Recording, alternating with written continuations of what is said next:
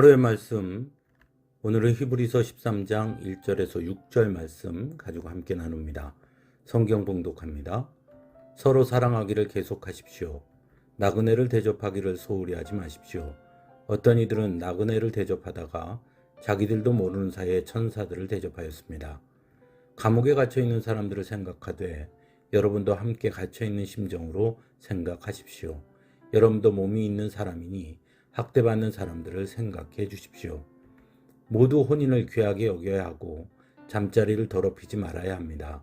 음행하는 자와 간음하는 자는 하나님의 심판을 받을 것입니다. 돈을 사랑함이 없이 살아야 하고 지금 가지고 있는 것으로 만족해야 합니다.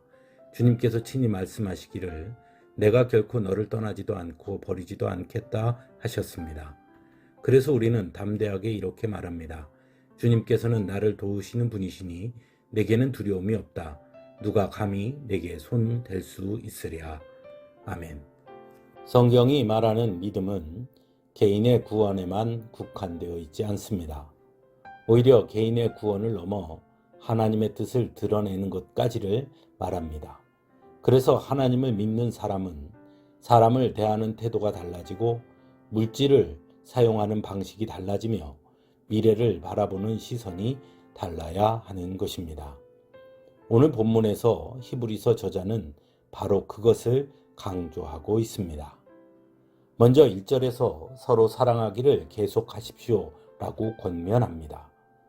사랑하기를 계속하라는 말은 잠시 또는 어느 시점에 사랑하는 것을 뜻하는 것이 아닙니다. 끝까지 곧 주님이 오실 그때까지 믿음의 사람은 사랑할 수 있어야 한다는 것입니다.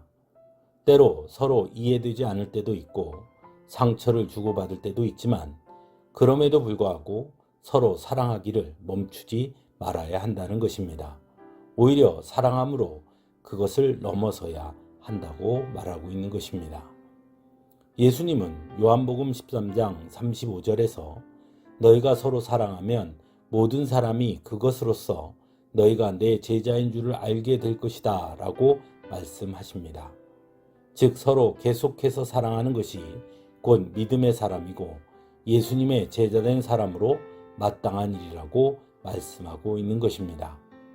더욱이 그 사랑은 우리끼리만의 사랑도 아닙니다. 그래서 본문 2절에서는 나그네를 대접하기를 소홀히 하지 말라고 말씀하고 3절에서는 감옥에 갇혀 있는 사람들을 생각하라고도 말씀하고 있습니다. 세상에서는 사랑을 단지 감정으로 여길 때가 많이 있습니다. 하지만 성경에서 말하는 사랑은 단순한 감정을 뛰어넘어 행동으로 요구되는 명령이라는 것을 기억할 수 있어야 합니다. 즉 서로 사랑하기를 계속하십시오 라는 말씀은 사랑의 행위를 지속적으로 행하라는 뜻입니다. 그것도 우리끼리만이 아니라 더 확장시켜서 행하라고 말씀하고 있는 것입니다. 두 번째는 삶의 행위가 달라야 한다고 말씀합니다.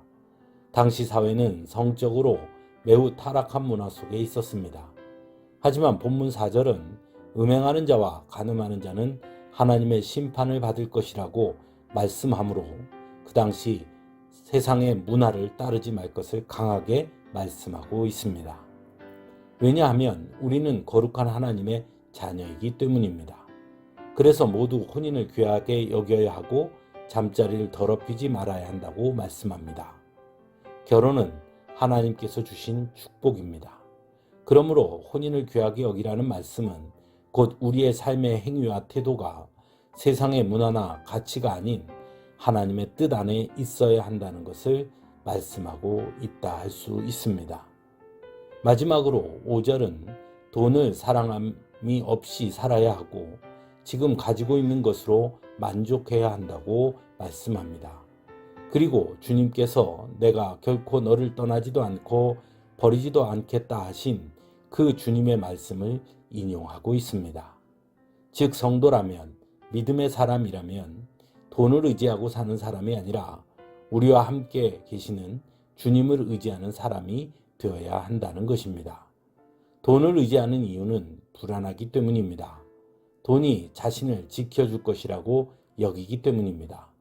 하지만 주님이 언제나 우리와 함께 한다는 것을 믿는 사람은 불안할 필요가 없는 것입니다. 왜냐하면 온 세상의 주관자이시고 왕이신 주님이 언제나 나와 함께 하시며 나를 지켜주심을 믿기 때문입니다. 그럴 때 우리는 주님께서는 나를 도우시는 분이시니 내게는 두려움이 없다. 누가 감히 내게 손댈 수 있으랴 라고 담대하게 말할 수 있다는 것입니다. 믿음의 반대는 불신입니다. 그리고 불신은 곧 불안과 염려로 다가올 수밖에 없는 것입니다. 그래서 사람들은 돈과 권력을 의지하려고 하는 것입니다. 하지만 믿음의 사람은 불안해할 이유도 염려할 것도 없는 것입니다. 왜냐하면 언제나 하나님이 함께 하시기 때문입니다. 한 주간의 찬양으로 함께 은혜 나누겠습니다.